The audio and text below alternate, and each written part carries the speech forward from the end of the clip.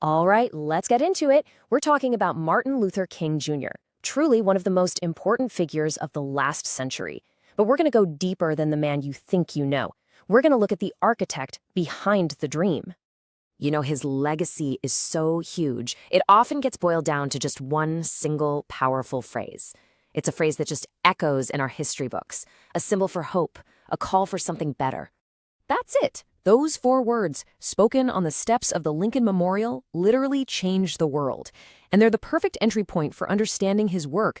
But believe me, they are not the whole story, not even close. And that's the real question we're asking here, right?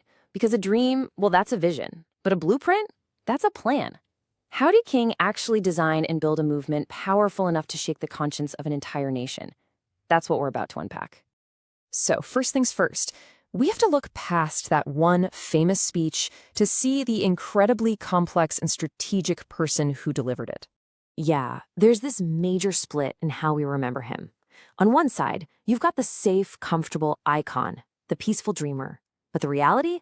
The man was a reformer, a radical strategist who was actively and brilliantly taking a hammer to the status quo. So, to really understand the reformer, you've got to go back, way back. You have to see what forged him into the leader he became. His life was pretty remarkable right from the jump. He was actually born Michael King Jr., but his dad, a minister, changed both of their names to Martin Luther to honor the great Protestant reformer. Talk about prophetic, right? And his mind was just as impressive. He powered through his education, getting a PhD from Boston University. And I just want you to pause on this for a second. 15. He started college when most of us are just trying to figure out how to navigate high school hallways. This tells you we're not just talking about a smart guy. We're talking about a truly brilliant mind from day one. So, who was the man behind the legend? Well, he was this incredible blend of things. He was a deep intellectual who combined philosophy with his faith. He was unbelievably courageous, facing down death threats. But he was also human. He talked about being tired, about the immense strain. And of course, he was an absolute master with his words, an orator who could make you feel the need for justice in your bones. So, how did this one man manage to build a movement that changed history? Let's get into his actual method. How did he turn his beliefs into a real-world strategy? You have to understand, the goal was always bigger than just ending segregation. The end game was what King called the beloved community. This was a vision for a world where things like poverty and hunger just wouldn't be tolerated because the entire system would be built on justice and love. It's a vision that's still incredibly radical and challenging today. And his strategy really rested on 3 powerful pillars. First, that clear moral vision, the beloved community. Second, an absolutely unshakable commitment to nonviolence, no matter what was thrown at them. And third, just relentless persistence. The understanding that this was a long fight and you just had to keep pushing no matter how tired you got. And here's the proof in the pudding. This method worked. It wasn't just some lofty idea. It delivered huge results.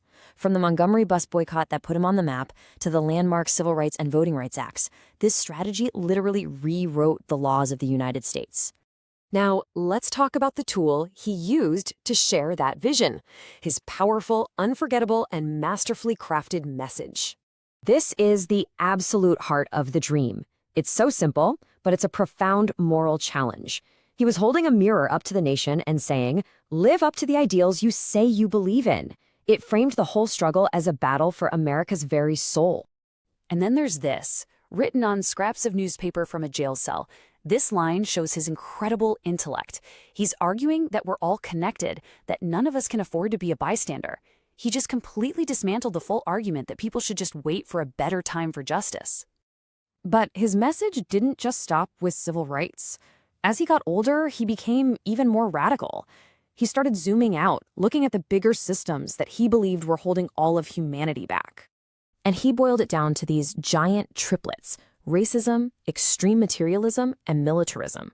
He saw them as tangled together, these 3 great evils. He argued you could never fix one without taking on the other 2.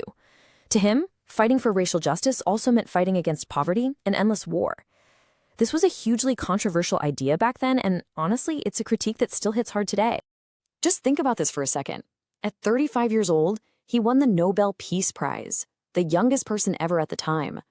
It just shows you the sheer scale of his global impact in such an incredibly short life. And that brings us to the final heartbreaking chapter of his story, and the legacy he left for all of us, a legacy that is very much still being written. These are the chilling, prophetic words from his last speech ever. He gave it the night before he was assassinated in Memphis. It's like he knew. He knew he might not make it to the end of the journey, but his faith that his people would, that was absolute. This might be his most powerful lesson. And it's not some passive, wishful thinking. It's really a call to action. It's this belief that, yeah, history is on the side of justice, but only if good people have the courage and the discipline to get in there and pull that arc in the right direction. And so that's what it all comes down to, isn't it? King's legacy isn't some historical artifact to just admire from a distance. He made it clear that progress needs us. It needs our hands, our voices, our effort. So the question he leaves from every one of us is a pretty simple one. What are we doing today to help bend that arc?